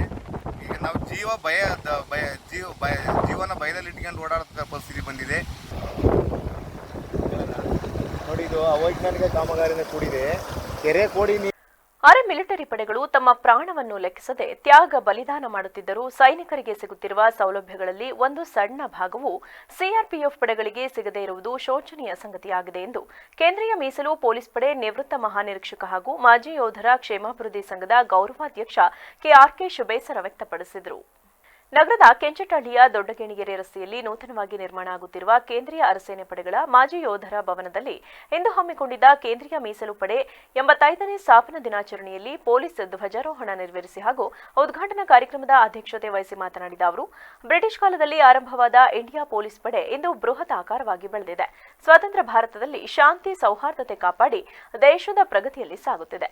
ಯುದ್ಧ ಕಾಲದಲ್ಲಿ ಸೈನಿಕರ ಜೊತೆ ಹೆಗಲಿಗೆ ಹೆಗಲು ಕೊಟ್ಟು ನಮ್ಮ ಯೋಧರು ದುಡಿದಿದ್ದಾರೆ. ಟೆರರಿಸಂ, ನಕ್ಸಲಿಸಂ, ಕೋಮು ಸಂಘರ್ಷ, ಪ್ರಾಕೃತಿಕ ವಿಕೋಪ ಸಂದರ್ಭದಲ್ಲಿ ದೇಶದ ಏಕತೆ ಮತ್ತು ಅಖಂಡತೆ ಕಾಪಾಡುವುದರಲ್ಲಿ ಸಿಆರ್ಪಿಎಫ್ ಮಹತ್ವ ಪಾತ್ರ ವಹಿಸಿದೆ. ಅದರಲ್ಲೂ ಚುನಾವಣೆ ವೇಳೆ ಸಿಆರ್ಪಿಎಫ್ ಉತ್ತಮ ಕಾರ್ಯನಿರ್ವಹಿಸುತ್ತಿದೆ. 3.5 ಲಕ್ಷ ಸಂಖ್ಯೆ ಇರುವ ಸಿಆರ್ಪಿಎಫ್ ಮತ್ತು ಅದರ ಸಹೋದರ ಸಂಸ್ಥೆಯಾದ ಅಸ್ಸಾಂ ರೈಫಲ್ಸ್, ಬಿಎಸ್ಎಫ್, ಸಿಎಸ್ಎಫ್, ಎಸ್ಎಸ್ಬಿ ಸೇರಿ ಸುಮಾರು 10 ಲಕ್ಷ ಯೋಧರ ಮೂಲಕ ದೇಶದ ಮೂಲೆ ಮೂಲೆಯಲ್ಲಿ ಸೇವೆ ಸಲ್ಲಿಸುತ್ತಿದೆ ಎಂದು ಹೇಳಿದರು. 1939ನೇ ಇಸ್ವಿಯಲ್ಲಿ ಕ್ರೌನ್ ರೆಪ್ರೆಸೆಂಟೇಟಿವ್ ಪೊಲೀಸ್ ಹೆಸರಿನಲ್ಲಿ ಬ್ರಿಟಿಷ್ ಕಾಲದಲ್ಲಿ ಆರಂಭವಾದ ಈ ಕೇಂದ್ರೀಯ ಪೊಲೀಸ್ ಪಡೆ ಇವತ್ತು ಬೃಹದಾಕಾರವಾಗಿ ಬೆಳೆದಿದೆ. ಸ್ವತಂತ್ರ ಭಾರತದಲ್ಲಿ ಶಾಂತಿ ಸೌಹಾರ್ದತೆಯನ್ನು ಕಾಪಾಡಿ ದೇಶದ ಪ್ರಗತಿಯಲ್ಲಿ ಸಹಕಾರ ನೀಡ್ತಿದೆ. ಯುದ್ಧ ಕಾಲದಲ್ಲಿ ಸೈನಿಕರ ಜೊತೆ ಹೆಗಲಿಗೆ ಹೆಗಲು ಕೊಟ್ಟು ನಮ್ಮ ಯೋಧರು ದುಡಿದಿದ್ದಾರೆ. ಮತ್ತು ಶಾಂತಿ ಕಾಲದಲ್ಲಿ ವಿದ್ರೋಹ, terrorism, naxalism, communal violence, natural disaster ಇಂತಹ ಸಂದರ್ಭಗಳಲ್ಲಿ ದೇಶದ ಏಕತೆ ಮತ್ತು ಅಖಂಡತೆಯನ್ನು ಕಾಪಾಡೋದರಲ್ಲಿ ಕೇಂದ್ರೀಯ ಮೀಸಲು ಪೊಲೀಸ್ ಪಡೆ ಮಹತ್ವಪೂರ್ಣವಾದ ಪಾತ್ರವನ್ನು ವಹಿಸಿದೆ. ದೇಶದ ಎಲೆಕ್ಷನ್ ಸಿಆರ್ಪಿಎಫ್ ಇಲ್ಲದೆ ಇದ್ದರೆ ಪ್ರಾಯಶಃ ನಡೆಸಲಿಕ್ಕೆ ಸಾಧ್ಯವಿಲ್ಲವೇನೋ. ಎಂಜಿ ರಮೇಶ್ ಮಾತನಾಡಿ, ಕೇಂದ್ರೀಯ ಅರಸೇನೆ ಪಡೆಗಳ ಮಾಜಿ ಯೋಧರ ಸಂಘವಿದ್ದು ನಮಗೆ ಸಿಗಬೇಕಾದ ಸೌಲಭ್ಯ ಸರ್ಕಾರದಿಂದ ಯಾವುದು ಸಿಗುತ್ತಿಲ್ಲ. ಕೇಂದ್ರ ಸರ್ಕಾರ ಸೌಲಭ್ಯ ಕೊಡಿ ಎಂದು ಆದೇಶ ಮಾಡಿದ್ದರೂ ಸಹ ಇದುವರೆಗೆ ಯಾವುದೇ ಸೌಲಭ್ಯ ನೀಡಿಲ್ಲ. ಹಿಂದೆ ಸಿದ್ದರಾಮಯ್ಯ ಅವರು ಸೇನಾ ಮತ್ತು ಅರಸೇನಾ ಪಡೆ ಕಲ್ಯಾಣ ಬೋರ್ಡ್ ಮಾಡಿದ್ದರು, ಮುಂದೆ ಬಂದವರು ರದ್ದು ಮಾಡಿದರು ಎಂದು ಬೇಸರ ಹೊರಹಾಕಿದ್ರು. ಮುಂದೆ ಅರೆ ಸೇನಾಪಡೆ ಮತ್ತು ಸೇನಾಪಡೆಯ ಒಂದು ಕಲ್ಯಾಣ ವಸತಿ ಮತ್ತು ಪುನರ್ವಸತಿ ಕಲ್ಯಾಣ ಕೇಂದ್ರ ಮಾಡಬೇಕು. ಹೆಂಡತಿ ಮಕ್ಕಳು ಬಿಟ್ಟು 20 ರಿಂದ 35 ವರ್ಷದವರೆಗೂ ದೇಶ ಸೇವೆ ಮಾಡಿ ಜೀವ ಉಳಿಸಿಕೊಂಡು ವಾಪಸ್ ಬರುತ್ತಾರೆ. ಅಂತಹವರಿಗೆ ಆರ್ಮಿ ರೀತಿಯಲ್ಲೇ ನೌಕರಿ ಕೊಡುವ ಕಾರ್ಯ ಆಗಬೇಕು ಎಂದು ಒತ್ತಾಯಿಸಿದರು. ना आदमी दिखाई देता है, ना कोई बिल्डिंग दिखाई देती है. ऐसी जगह पे सिर्फ एक चीज दिखाई देती है, वो है सीआरपीएफ का जवान और उसका टैंक, जो कि हम सब लोगों के लिए जो है देश की सुरक्षा के लिए वहां पे तैनात रहता है. और ये मैंने महसूस किया जब हम लोग कोबरा बटालियन के साथ कुछ समय के लिए अटैच थे और उनके साथ ऑपरेशंस में ट्रेनिंग के लिए गए थे. उस दौरान हमने देखा कि ये सिर्फ कहावत नहीं है, ये सच्चाई है कि हमारे सीआरपीएफ के बल सदस्य जो है वो ऐसी कठिन जगहों पे और ऐसे कठिन परिस्थितियों में देश की सुरक्षा के लिए तैनात है, जहां पे एक सामान्य मनुष्य जो है वो जाना और वहां पे रहना इमेजिन भी नहीं कर सकता. तो मेरी तरफ से जितने भी सीआरपीएफ के यहाँ पे निवृत्त बल सदस्य हैं उन सभी को एक सैल्यूट कि आप लोगों ने. ಕಾರ್ಯಕ್ರಮದಲ್ಲಿ CISF unit MCF deputy commandant Abhaya Anand Patil, ಕೇಂದ್ರೀಯ ಅರಸೇನಾ ಪಡೆಗಳ ಮಾಜಿ ಯೋಧರ ಕ್ಷೇಮಾಭಿವೃದ್ಧಿ ಸಂಘದ ರಾಜ್ಯಾಧ್ಯಕ್ಷ ಎಂಪಿಎನ್ ರೆಡ್ಡಿ, ಕಾರ್ಯದರ್ಶಿ ಟಿವಿ ಗೋಪಾಲ್ ಸೇರಿದಂತೆ ಮೊದಲಾದವರಿದ್ದರು. ನನ್ನ ಮಗನನ್ನ ಎಂಜಿನಿಯರ್, ದೊಡ್ಡ ಆಡಿಟರ್ ಸೇರಿದಂತೆ ವಿವಿಧ ಆಸೆಗಳಿದ್ದರೂ ಇವುಗಳ ಮಧ್ಯೆ ಒಬ್ಬ ಯೋಧನಾಗಿ ನೋಡಬೇಕು ಎನ್ನುವ ಕನಸುಗಳಿದೆ. ಇಷ್ಟೊಂದು ಜನ ವಿದ್ಯಾರ್ಥಿಗಳಲ್ಲಿ ಕನಿಷ್ಠ 10 ಜನರು ನಮ್ಮ ದೇಶ ಕಾಯುವ ಸೈನಿಕನಾದ್ರೆ ಈ ಕಾರ್ಯಕ್ರಮ ಆಯೋಜಿಸಿರುವುದಕ್ಕೆ ಸಾರ್ಥಕತೆಯಾಗುತ್ತದೆ ಎಂದು ಮಾಜಿ ಸೈನಿಕ ಕ್ಯಾಪ್ಟನ್ ಜಯರಾಮ್ ಕರೆ ನೀಡಿದರು. ನಗರದ ಬಿಎಂ ರಸ್ತೆ ಬಳಿ ಇರುವ ರೋಟರಿ ಸುವರ್ಣ ಭವನದಲ್ಲಿ Inner Wheel Club of Hassan Gold ಇವರ ಸಂಯುಕ್ತಾಶ್ರಯದಲ್ಲಿ ಶನಿವಾರ ಹಮ್ಮಿಕೊಳ್ಳಲಾಗಿದ್ದ 25ನೇ ವರ್ಷದ ಕಾರ್ಗಿಲ್ ವಿಜಯೋತ್ಸವ ಆಚರಣೆಯಲ್ಲಿ ಕಾರ್ಯಕ್ರಮವನ್ನು ಉದ್ದೇಶಿಸಿ ಮಾತನಾಡಿದ ಅವರು, ನಮ್ಮ ಮಗ ಎಂಜಿನಿಯರ್, ದೊಡ್ಡ ಆಡಿಟರ್ ಆಗಬೇಕೆಂದು ನಮಗೂ ಆಸೆಗಳಿದ್ದು, ಆದರೆ ಅದರ ಮಧ್ಯದಲ್ಲೇ ಒಬ್ಬ ಯೋಧನಾಗಿ ನಾನು ನೋಡಬೇಕು ಎನ್ನುವ ಬಹಳ ಕನಸನ್ನು ಕಟ್ಟಿಕೊಂಡಿದ್ದೇನೆ. ಅವಕಾಶ ಸಿಕ್ಕರೆ ಖಂಡಿತವಾಗಿಯೂ ಸೇನೆಗೆ ಸೇರಿಸುತ್ತೇನೆ. ಅದಕ್ಕೂ ಮೊದಲು ನನ್ನ ಮಗನಿಗೆ ಇಷ್ಟವಿದ್ದರೆ ಮಾತ್ರ ಅದಕ್ಕೆ ಪ್ರೋತ್ಸಾಹ ಕೊಡಲಾಗುವುದು. ಇಷ್ಟೊಂದು ಜನ ಕಾಲೇಜು ಮಕ್ಕಳು ಈ ಕಾರ್ಯಕ್ರಮದಲ್ಲಿ ಇದ್ದು, ಇವರಲ್ಲಿ 5 ರಿಂದ 10 ಜನರು ನಮ್ಮ ದೇಶ ಕಾಯುವ ಸೈನಿಕನಾಗಿ ನಿಂತರೆ ಈ ಕಾರ್ಯಕ್ರಮ ಆಯೋಜಿಸಿರುವುದಕ್ಕೆ ಸಾರ್ಥಕತೆ ಸಿಗುತ್ತದೆ. ವಿದ್ಯಾರ್ಥಿಗಳು ಪೋಷಕರಿಗೆ ಒಳ್ಳೆ ಮಕ್ಕಳಾಗಿ ದೇಶಕ್ಕೆ ಉತ್ತಮ ಪ್ರಜೆಯಾಗಬೇಕು ಎಂದು ಕರೆ ನೀಡಿದರು. ಅವರಿಗೆ ಆಹಾರವೂ ಸಿಕ್ಕೋದಿಲ್ಲ. ಅಂತಹ ಒಂದು ಸಂದರ್ಭದಲ್ಲಿ, ಅಂತಹ ಒಂದು ಸನ್ನಿವೇಶದಲ್ಲಿ, ಅಂತಹ ಚಳಿ ಗಾಳಿ ಮಳೆಯಲ್ಲಿ ದುಡಿಯಬೇಕಾಗ್ತದೆ. ಇಲ್ಲ ಅವ್ರು ದುಡಿಯದೇ ಇದ್ರೆ ನಾವು ಮಲಗೋಕ್ಕೆ ಸಾಧ್ಯತೆ ಇಲ್ಲ. ಉದಾಹರಣೆಗೆ ನಮ್ಮ MLA MP ಗಳು ಸೆಷನ್ನಲ್ಲಿ ಸೆಷನ್ ನಡೀತಾ ಇದ್ದಾಗ ತುಡಿಸ್ತಾ ಇರ್ತಾರೆ, ಒಂದು ನಿದ್ದೆ ಮಾಡ್ತಾ ಇರ್ತಾರೆ ಅಂತ ತಿಳ್ಕೊಳ್ಳೋಣ. ಆದರೆ ನಮ್ಮ ದೇಶದಲ್ಲಿ ಇರ್ತಕ್ಕಂಥ ಸಿಪಾಯಿಗಳು ಏನಾದ್ರು ಆ ರೀತಿ ಒಂದು ದಿನ ತೂಕಡಿಸ್ಬಿಟ್ರೆ ಅಥವಾ 1 ಗಂಟೆ ತೂಕಡಿಸ್ಬಿಟ್ರೆ ನಮ್ಮ ದೇಶ ಪಕ್ಕದಲ್ಲಿರ್ತಕ್ಕಂಥ ಅಕ್ಕಪಕ್ಕದಲ್ಲಿರ್ತಕ್ಕಂಥ ಶತ್ರುಗಳ ಪರ ಆಗೋಗ್ತದೆ. ಅದರಿಂದಾಗಿ ಇವರನ್ನ ನಾವು ದೇಶಾಭಿಮಾನಿಗಳು, ದೇಶಭಕ್ತರು, ದೇಶಕ್ಕೋಸ್ಕರ ದುಡಿತಕ್ಕಂಥ ವ್ಯಕ್ತಿಗಳು ಅಂತ ಕರಿತೇವೆ. ಯಾರು ನಾವು ನಮಗೋಸ್ಕರ ದುಡಿತೀವೋ ಅದು ಸ್ವಾರ್ಥ. ನಾನು ಮನೆ ಕೊಡ್ತೀನಿ, ಪಕ್ಕದಲ್ಲೂ ಸೈಡ್ ತಗೋತೀನಿ, ಒಂದು ಕಾರ್ ಇದೆ, ಇನ್ನೊಂದು ಕಾರ್ ತಗೋತೀನಿ. ಈ ಸಂದರ್ಭದಲ್ಲಿ Inner Wheel Club of Hassan Gold ಅಧ್ಯಕ್ಷೆ ಡಾಕ್ಟರ್ ತನುಜಾ, ಸ್ಟೂಡೆಂಟ್ ಕಾಮರ್ಸ್ ಕಾಲೇಜಿನ HOD Girish, Inner Wheel Club of Hassan Gold ಕಾರ್ಯದರ್ಶಿ ವನಿತಾ, ಚಾರಿಟಬಲ್ ಪ್ರೆಸಿಡೆಂಟ್ ರತಿ, ಪೂಜಾ ರಘುನಂದನ್ ಸೇರಿದಂತೆ ಇತರರು ಉಪಸ್ಥಿತರಿದ್ದರು. ನಗರದ MG ರಸ್ತೆಯಲ್ಲಿರುವ ಗಾಂಧಿ ಪ್ರತಿಮೆ ಬಳಿ 25ನೇ ವರ್ಷದ ಕಾರ್ಗಿಲ್ ವಿಜಯೋತ್ಸವದ ನಿಮಿತ್ತ ಕಾರ್ಗಿಲ್ ವಿಜಯ ಜ್ಯೋತಿ ಪಂಜಿನ ಮೆರವಣಿಗೆಯನ್ನು ಭಾರತೀಯ ಜನತಾ ಪಾರ್ಟಿ ಯುವ ಮೋರ್ಚಾ ವತಿಯಿಂದ ಆಯೋಜಿಸಲಾಗಿತ್ತು. ನಗರದ ಅನ್ನಪೂರ್ಣೇಶ್ವರಿ ಕಲ್ಯಾಣ ಮಂಟಪದಲ್ಲಿ ಹಮ್ಮಿಕೊಳ್ಳಲಾಗಿದ್ದ ಕಾರ್ಯಕ್ರಮವನ್ನು ಉದ್ದೇಶಿಸಿ ಯುವ ವಾಗ್ಮಿ ಹಾರಿಕ ಮಂಜುನಾಥ್ ಮಾತನಾಡಿ, ಭಾರತೀಯ ಸೇನೆಯ ಶೌರ್ಯ ಸಾಹಸಗಾಥೆ ಎಂದೆಂದಿಗೂ ಪ್ರೇರಣಾದಾಯಿ. ಭಾರತದ ವೀರ ಯೋಧರ ತ್ಯಾಗ ಮತ್ತು ಬಲಿದಾನವನ್ನು ಸ್ಮರಿಸುವ ಜೊತೆಗೆ ಪಾಕಿಸ್ತಾನದ ವಿರುದ್ಧ ಭಾರತ ವಿಜಯ ಸಾಧಿಸಿದ ಸಂಭ್ರಮವನ್ನು ಆಚರಿಸುವ ಕ್ಷಣ. ರಾಷ್ಟ್ರಭಕ್ತಿ ಭಾವೈಕ್ಯತೆಯನ್ನ ಜಾಗೃತಗೊಳಿಸಿದ ಕಾರ್ಗಿಲ್ ಯುದ್ಧ ದೇಶ ಮೊದಲು ಎಂಬ ಉದಾತ್ತ ಭಾವಕ್ಕೆ ಜೀವ ತುಂಬಿತು. ಭಯೋತ್ಪಾದನೆ ಹಾಗೂ ರಾಷ್ಟ್ರದ್ರೋಹಿಗಳ ವಿರುದ್ಧ ಕಠಿಣ ಕ್ರಮವೇ ಅನಿವಾರ್ಯ ಎಂಬುದನ್ನು ಕಾರ್ಗಿಲ್ ಸಮರ ಸಾಬೀತು ಮಾಡಿತು. ಕಾರ್ಗಿಲ್ ಸಮರ ಪಾಕಿಸ್ತಾನಕ್ಕೆ ಹಲವು ಪಾಠಗಳನ್ನು ಕಲಿಸಿದ್ದಲ್ಲದೆ ಅಂತಾರಾಷ್ಟ್ರೀಯ ವಲಯದಲ್ಲಿ ಅದರ ಮುಖವಾಡವನ್ನು ಬಯಲು ಮಾಡಿತು. ಇಂದು ನಾವು ಗಡಿಯನ್ನ ಕಾಯುವ ಯೋಧರನ್ನ ಗೌರವಿಸುತ್ತಾ ರಾಷ್ಟ್ರಕ್ಕಾಗಿ ಜೀವಿಸುವ ಸಂಕಲ್ಪವನ್ನ ಕೈಗೊಳ್ಳಲು ಈ ವಿಜಯ ದಿನ ಕಾರ್ಗಿಲ್ ವಿಜಯ 25ನೇ ವರ್ಷಾಚರಣೆಯ ರಾಷ್ಟ್ರೀಯ ಕಾರ್ಯಕ್ರಮದಲ್ಲಿ ಯೋಧರನ್ನ ಗುರುತಿಸುವ ಇಚ್ಛಾಶಕ್ತಿ ಸರ್ಕಾರಗಳು ಮಾಡಬೇಕೆಂದು ಒತ್ತಾಯಿಸಿದರು.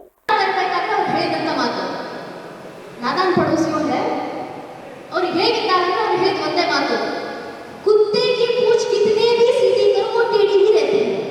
ಅದೊಂದೇ ಪಕ್ಕದಲ್ಲಿರುವಂತಹ ಪಾಕಿಸ್ತಾನ ಅದೇ ರೀತಿ ಹೋಗುತ್ತಾ. ಅದಕ್ಕೆ ತಕ್ಕ ಹಾಗೆ ನಾವು ಮಾಡಿರುವಂತ ಒಪ್ಪಂದಗಳನ್ನ ಮೀರಿ ಪಾಕಿಸ್ತಾನ ಮೋಸದಿಂದ ನಮ್ಮ ಮೇಲೆ ಯುದ್ಧಕ್ಕೆ ಬಂತು. ಜೆಂಟಲ್ಮೆನ್ಸ್ ಅಗ್ರಿಮೆಂಟ್ ಅದು ಒಂದು ಉದಾಹರಣೆ. ಕಾರ್ಗಿಲ್ ಯುದ್ಧ ಶುರುವಾಗಿದ್ದ ಪಾಕಿಸ್ತಾನ ಜೆಂಟಲ್ಮೆನ್ಸ್ ಅಗ್ರಿಮೆಂಟ್ ಅನ್ನು ಮುರಿದು ಕಾರ್ಗಿಲ್ ಬೆಟ್ಟವನ್ನು ಮೋಸದಿಂದ ಹತ್ತಿದ ಕಾರಣದಿಂದ. ಇದು ಹಿಂದೂ ಧರ್ಮೀಯದಲ್ಲ ನನ್ನ ನೆಚ್ಚಿನ ಬಂಧುಗಳೇ. ಈ ದೇಶ ಅನೇಕ ವರ್ಷಗಳಿಂದ ಈ ಉದಾಹರಣೆಗಳನ್ನ ನೋಡ್ಕೊಳ್ತಾ ಬಂದಿದೆ. ಇದು ಗೊತ್ತಿದ್ರಿಂದಲೇ ಭಾರತ ಹೇಳಿತು, ನಾವು ಜಗತ್ತಿಗೆ ಶಾಂತಿಯನ್ನ ಸಾರುವುದು ನಿಜ, ಅಹಿಂಸೋ ಪರಮ ಧರ್ಮ, ಆದ್ರೆ ಧರ್ಮ ಹಿಂಸ ತಥೈವಚ. ಅಹಿಂಸೆ ಅನ್ನೋದು ಪರಮ ಧರ್ಮ ಆಗಿದ್ರು ಕೂಡ ನಮ್ಮ ಮೇಲೆ ಯಾರಾದ್ರೂ ದಂಡೆತ್ತಿ ಬಂದ್ರೆ ಅವರನ್ನ ಸೋಲಿಸಲಿಕ್ಕೆ ಹಿಂಸೆ ಮಾಡೋದು ತಪ್ಪೇನಿಲ್ಲ. ಬಿಜೆಪಿ ಯುವ ಮೋರ್ಚಾ ಅಧ್ಯಕ್ಷ ಪುನೀತ್ ಮಾತನಾಡಿ, ನಮ್ಮ ನಡುವೆಯೇ ದೇಶ ಸೇವೆಯನ್ನ ಮಾಡುವ ಹಲವು ಯುವಕರಿದ್ದು ಅವರನ್ನ ಗುರುತಿಸಿ ಅವಕಾಶವನ್ನ ಕಲ್ಪಿಸುವ ಕೆಲಸವನ್ನ ನಾವೆಲ್ಲ ಮಾಡಬೇಕು ಎಂದು ಹೇಳಿದರು. ಅವತ್ತಿನ ದಿನ ರಾಷ್ಟ್ರ ಇಡೀ ಪ್ರಪಂಚದಾದ್ಯಂತ ಯುದ್ಧದೊಂದು ಸನ್ನಿವೇಶ ನೋಡ್ತಿರ್ತಾರೆ. ಆದರೆ ಯಾವ ದೇಶನೂ ಭಾರತಕ್ಕೆ ಸಹಾಯ ಸಾಸಲ್ಲ. ಇಸ್ರೇಲ್ ಒಂದು ದೇಶ ಬಂದು ನಮ್ಮ ದೇಶಕ್ಕೆ ತುಂಬಾ ಸಹಾಯ ಮಾಡುತ್ತೆ. ಡ್ರೋನ್ ಇರ್ಬೋದು, ಮತ್ತೊಂದಿರ್ಬೋದು, ಎಲ್ಲ ತರದಂತಹ ವ್ಯವಸ್ಥೆಯನ್ನ ಇಸ್ರೇಲ್ ಅವ್ರು ಮಾಡ್ಕೊಡ್ತಾರೆ. ನಾವು ಏನಿಲ್ಲ ನಡೆದಿದ್ದೀವಿ, ಬರೀ ಒಂದು ವಿಜೃಂಭಣೆ ಮಾಡೋದು, ಸಂಭ್ರಮಾಚರಣೆ ಮಾಡೋದ್ರಿಂದ ನಾವೇನು ಸೈನಿಕರಿಗೆ ಗೌರವ ಕೊಡೋಕ್ಕಲ್ಲ. ನಮ್ಮ ಏರಿಯಾದಲ್ಲಿ ಇರ್ಬೋದು, ನಮ್ಮ ಊರಲ್ಲಿ ಇರ್ಬೋದು, ಎಲ್ಲೆಲ್ಲಿ ಸೈನಿಕರು ಇರ್ತಾರೆ ಅವರಿಗೆ ಪ್ರತಿನಿತ್ಯ ನಾವು ಇದೇ ಥರ ಗೌರವ ಕೊಡೋದ್ರಿಂದ ಅವರಿಗೊಂದು ಹೆಮ್ಮೆ ಆಗುತ್ತೆ. ಅವರೊಂದು ದೇಶ ಸೇವೆ ಮಾಡ್ಬೋದಿರೋದಕ್ಕೆ ಅವ್ರಿಗೊಂದು ಗೌರವ ಸಿಕ್ಕಾಗುತ್ತೆ. ನಾವೇನಪ್ಪ ಅಂದರೆ ವಿಜಯನ ಸಂಭ್ರಮಿಸ್ತೀವಿ, ಹುತಾತ್ಮರಾದವರಿಗೆ ಬಲಿದಾನವ್ರನ್ನ ನಾವು ಯಾವಾಗ ನೆನೆಸ್ಕೊಂತಿರ್ಬೇಕಾಗುತ್ತೆ. ನಾವೆಲ್ಲ ಇಲ್ಲಿ ಮುಂದೆ ಯುವಕರು ಕೂತಿದ್ದೀವಿ, ಅಲ್ಲಿ ಕೂತಿದ್ದಾರೆ. ನಾವು ಮದುವೆ ಆಗಿ 15 ದಿನಕ್ಕೆ ಎಲ್ಲರೂ ಟ್ರಿಪ್ ಹೋಗಿ ಬಂದು ಇನ್ನು 15 ದಿನ ಎಲ್ಲರೂ ಹೋಗಿ ಅಂದರೆ ನಾವು ಬೇಜಾರು ಮಾಡ್ಕೊತೀವಿ, ಆಗಲ್ಲ ಅಂತ. ಮದುವೆ ಆಗಿ ತಾಳಿ ಕಟ್ಟಿ ಬೀಗರೂಟ ಮುಗಿಸಿ ಮಾರನೇ ಬೆಳಗ್ಗೆ ದೇಶಕ್ಕೆ ಯುದ್ಧಕ್ಕೆ ಹೋಗಿ ಕೆಲಸ ಮಾಡಿರ್ತಕ್ಕಂಥ ಸೈನಿಕರು ನಮ್ಮೆಲ್ಲರ ನಡುವೆ ಇದ್ದಾರೆ, ಮುಂದೆನೂ ಇದ್ದಾರೆ, ಇದ್ದೇ ಇದ್ದಾರೆ. ದಯಮಾಡಿ ಎಲ್ಲರೂ ನಾವು ಹೆಚ್ಚು ಸೈನಿಕರಿಗೆ ಗೌರವವನ್ನು ಕೊಡ್ತಕ್ಕಂಥದ್ದು. ಅವತ್ತು ಏನು 527 ಜನ ಹುತಾತ್ಮರಾದ್ರು ಎಲ್ಲ ನಾವು ಒಂದು ಅವ್ರ ಕುಟುಂಬಗಳಿಗೆ ಒಳ್ಳೇದಾಗಲಿ, ಭಗವಂತ ಅವ್ರ ಕುಟುಂಬಕ್ಕೆಲ್ಲ ಆರೋಗ್ಯ ಆಯುಷ್ಯ ಕೊಡಲಿ ಅಂತ ಮುಂದೆ ಸೈನಿಕ ಸೇರೋರಿಗೆ ಪ್ರೋತ್ಸಾಹ ಕೊಡ್ತಾ ಇಡೀ ಕರ್ನಾಟಕದಲ್ಲಿ 224 ವಿಧಾನಸಭಾ ಕ್ಷೇತ್ರದಲ್ಲಿ ಸೈನಿಕರಿಗೆ ಒಂದು ಕಾರ್ಯಕ್ರಮ ಮಾಡಬೇಕು, ಆ ಕಾರ್ಯಕ್ರಮ ಅಷ್ಟು ಅದ್ದೂರಿಯಾಗಿರ್ಬೇಕು ಅಂತ ಮಾಡಿದ್ದು ನಮ್ಮೆಲ್ಲರ ನಾಯಕರು ಪ್ರೀತಮ್ ಗೌಡರು. ಅವ್ರು ಇವತ್ತು ಈ ಕಾರ್ಯಕ್ರಮಕ್ಕೆ ಇರಬೇಕಿತ್ತು, ಕಾರಣಾಂತರಗಳಿಂದ ಬರೋಕ್ಕಾಗಿಲ್ಲ. ಈ ಕಾರ್ಯಕ್ರಮದಲ್ಲಿ ಅವರನ್ನ ಸ್ಮರಿಸ್ತಾ ಬಲೋ ಭಾರತ್ ಮಾತಾಕಿ, ನಾವು ಯಾವಾಗಲೂ ಹಾಸನ ಜಿಲ್ಲೆ ಆಗ್ಬೋದು, ಹಾಸನ ವಿಧಾನಸಭಾ ಕ್ಷೇತ್ರ ಆಗ್ಬೋದು, ಪ್ರೀತಮ್ ಗೌಡರು ಇರ್ಬೋದು, ಸಿದ್ದೇಶ್ ನಾಗೇಂದ್ರಣ್ಣ ಇರ್ಬೋದು, ಈ ಕಾರ್ಯಕ್ರಮಕ್ಕೆ ಸಹಕಾರ ಕೊಟ್ಟಿರ್ತಕ್ಕಂಥ ಎಲ್ಲ ನಮ್ಮ ಯುವ ಮೋರ್ಚಾ ಕಾರ್ಯಕ್ರಮದಲ್ಲಿ ಗೌಡ ಬಿಜೆಪಿ ಯುವ ಮೋರ್ಚಾ ಅಧ್ಯಕ್ಷ ಹರ್ಷಿತ್, ರಾಜ್ಯ ಉಪಾಧ್ಯಕ್ಷ ಸಿದ್ದೇಶ್ ನಾಗೇಂದ್ರ, ಜಿಲ್ಲಾಧ್ಯಕ್ಷ ನವಿಲೆ ಅಣ್ಣಪ್ಪ, ಮಾಜಿ ಜಿಲ್ಲಾಧ್ಯಕ್ಷ ಚೀರನಹಳ್ಳಿ ಮಂಜು ಸೇರಿದಂತೆ ಇತರರಿದ್ದರು. ಬೇಲೂರು ತಾಲೂಕಿನಾದ್ಯಂತ ಸುರಿಯುತ್ತಿರುವ ವಿಪರೀತ ಮಳೆಯ ನಡುವೆ ಅರೆಹಳ್ಳಿ ಭಾಗದಲ್ಲಿ ಕಾಡಾನೆಗಳ ಹಾವಳಿ ಹೆಚ್ಚಾಗುತ್ತಿದ್ದು, ಇತ್ತೀಚೆಗೆ ಸುತ್ತಮುತ್ತಲಿನ ಕೆಲವು ರೈತರು ಹಾಗೂ ಕಾಫಿ ತೋಟಗಳ ಮಾಲೀಕರು ಕಾಡಾನೆಗಳ ಹಾವಳಿಯಿಂದ ತಾತ್ಕಾಲಿಕವಾಗಿ ಬಚಾವಾಗಲು ಸೋಲಾರ್ ಬೇಲಿ ನಿರ್ಮಿಸಿದ್ದು, ಅದರಿಂದ ತುಸು ನಿಯಂತ್ರಣವಾಗಿರುವುದು ಕೇಳಿಬಂದಿದೆ. ಅದರಂತೆ ಲಿಂಗಾಪುರ ಗ್ರಾಮದಲ್ಲಿ ಕಳೆದ 3-4 ತಿಂಗಳ ಹಿಂದೆ ಸೋಲಾರ್ ವಿದ್ಯುತ್ ಬೇಲಿಯನ್ನ ಅಳವಡಿಸಿದ ನಂತರ ಗ್ರಾಮಕ್ಕೆ ಕಾಣಿಸಿಕೊಳ್ಳದೆ ಬೇರೆಡೆ ತೆರಳಿದ್ದವು. ಅದರಿಂದ ಸಾರ್ವಜನಿಕರು, ರೈತರು ತುಸು ನಿರಾಳ ಆಗಿದ್ದರು. ಆದರೆ ಕಳೆದ ರಾತ್ರಿ ಕಾಡಾನೆಗಳ ಗುಂಪು ಗ್ರಾಮದ ಚಂದ್ರವತಿ, ಶಂಕರ, ಸಂಕಪ್ಪ, ಸಂತೋಷ್ ಶೆಟ್ಟಿರವರ ಜಮೀನಿಗೆ ಲಗ್ಗೆ ಇಟ್ಟು ಬೆಳಹಾನಿ ಮಾಡಿದೆ. ಇದರಿಂದ ಬೇಸತ್ತ ಚಂದ್ರವತಿಯವರು ಕಾಡಾನೆಗಳ ಹಾವಳಿಯಿಂದ ನಿಯಂತ್ರಿಸಿಕೊಳ್ಳಲು ತಾನು ಬೆಳೆದಿದ್ದ ಬಾಳೆ ಗಿಡಗಳನ್ನು ಸ್ವತಃ ತಾನೇ ಕಡಿದು ಹಾಕಿದ್ದಾರೆ. ಅದಲ್ಲದೆ ಕಳೆದ 2 ವಾರಗಳಿಂದ ವಿಪರೀತ ಸುರಿಯುತ್ತಿರುವ ಮಳೆಯ ನಡುವೆಯೇ ವಿದ್ಯುತ್ ಇಲ್ಲದ ಕಗ್ಗತ್ತಲಲ್ಲಿ ಕಾಡಾನೆ ಬಂದರೂ ಸುಳಿವು ಇರುವುದಿಲ್ಲ. ಈ ಬಗ್ಗೆ ಶಾಶ್ವತ ಪರಿಹಾರಕ್ಕಾಗಿ ಯಾವಾಗ ಕಾಲ ಬರುತ್ತದೋ ಎಂಬ ನಿರೀಕ್ಷೆಯಲ್ಲಿದ್ದೇವೆ ಎಂದು ಸಂಕಪ್ಪ ಅವರು ಅಳಲು ತೋಡಿಕೊಂಡರು. ನೋಡಿ, ಈಗ ಸಣ್ಣ ಪುಟ್ಟ ನಾವು ಗಿಡ ಎಲ್ಲ ಜಾಗದಲ್ಲಿ 1 ಎಕರೆ ಅಷ್ಟು ಜಾಗ ಇದೆ, ಅದನ್ನು ಸ್ವಲ್ಪ ಸಣ್ಣ ಪುಟ್ಟ ಗಿಡ ಎಲ್ಲ ಹಾಕಿ, ಬಾಳೆ ಗಿಡ ಎಲ್ಲ ಹಾಕಿದ್ವಿ. ಅದನ್ನು ಈ ಕಡೆ ಪಕ್ಕದ ಮನೆಯಲ್ಲಿ ಚಂದ್ರವತಿ ಅಂತೇಳಿ ಅವರು ಒಂದು 500 ಬಾಳೆ ಗಿಡ ಎಲ್ಲ ಹಾಕಿದ್ದಾರೆ. ಅದು ಸಹ ಎಲ್ಲ ಲೂಟಿ ಮಾಡಿ ಎಲ್ಲ ತಿಂದು ಎಲ್ಲ ಪುಡಿ ಮಾಡಿಬಿಟ್ಟಿದೆ. ನೋಡಿ, ಇದಕ್ಕೆ ಒಂದು ಪರಿಹಾರ ಕೊಡಿ. ನಾವು ಬರೀ ಕಷ್ಟದಲ್ಲಿದ್ದೀವಿ. ಇವತ್ತು ಎಲ್ಲ ನಿಮಗೆಲ್ಲ ಗೊತ್ತಿದೆ, ನಮ್ಮನ್ನ ಏನೇನೋ ಲೂಟಿ ಮಾಡ್ತಾರೆ. ಪಕ್ಕದ ತೋಟ ಅವರೆಲ್ಲ ಸೋಲಾರ್ ಎಲ್ಲ ಹಾಕಿದ್ದಾರೆ. ಅದು ಎಲ್ಲ ಈಗ ಊರು ಒಳಗಡೆನೆ ಎಲ್ಲ ಬಂದು ಸಿಕ್ಕಾಪಟ್ಟೆ ಲೂಟಿ ಆಗ್ತಿದೆ. ತಿರ್ಗಾಕಿ ಕಷ್ಟ ಇದೆ, ತುಂಬಾ ಕಷ್ಟ. ಹೇಮಾವತಿ ಜಲಾಶಯದ ಹೊರಹರಿವು ಹೆಚ್ಚಾಗಿರುವ ಹಿನ್ನೆಲೆ ತಾಲೂಕಿನ ಗನ್ನಿಕಡ, ಶ್ರೀನಿವಾಸಪುರ ಸೇರಿದಂತೆ ಇನ್ನಿತರೆ ಭಾಗಗಳಲ್ಲಿ ಬಹಳಷ್ಟು ಬೆಳೆ ಹಾನಿಯಾಗಿದೆ. ಚನ್ನರಾಯಪಟ್ಟ ತಾಲೂಕಿನ ವಿವಿಧ ಗ್ರಾಮಗಳಲ್ಲಿ ಹೇಮಾವತಿ ಜಲಾಶಯದ ಹೊರಹರಿವಿನ ಮಟ್ಟ ಹೆಚ್ಚಾಗಿರುವ ಹಿನ್ನೆಲೆ ಗನ್ನಿಕಡ, ಶ್ರೀನಿವಾಸಪುರ ಇನ್ನಿತರ ಗ್ರಾಮಗಳಲ್ಲಿ ರೈತರು ಬೆಳೆದಂತಹ ಕಬ್ಬು, ಬಾಳೆ, ಶುಂಠಿ ಇನ್ನಿತರ ತರಕಾರಿ ಪದಾರ್ಥಗಳಿಗೆ ನೀರು ನುಗ್ಗಿ ಲಕ್ಷಾಂತರ ರೂಪಾಯಿ ಮೌಲ್ಯದ ಬೆಳೆ ನಷ್ಟವಾಗಿದೆ. ಅಲ್ಲದೆ ಕೆಲ ಮನೆಗಳಿಗೆ ಮಳೆ ನೀರು ನುಗ್ಗಿದ್ದು ಬಹಳಷ್ಟು ನಿವಾಸಿಗಳನ್ನು ಸ್ಥಳಾಂತರಿಸುವುದರ ಜೊತೆಗೆ ನದಿಯ ಅಕ್ಕಪಕ್ಕದಲ್ಲಿರುವ ನಿವಾಸಿಗಳಿಗೆ ಎಚ್ಚರಿಕೆಯಿಂದಿರಲು ತಿಳಿಸಲಾಗಿದೆ.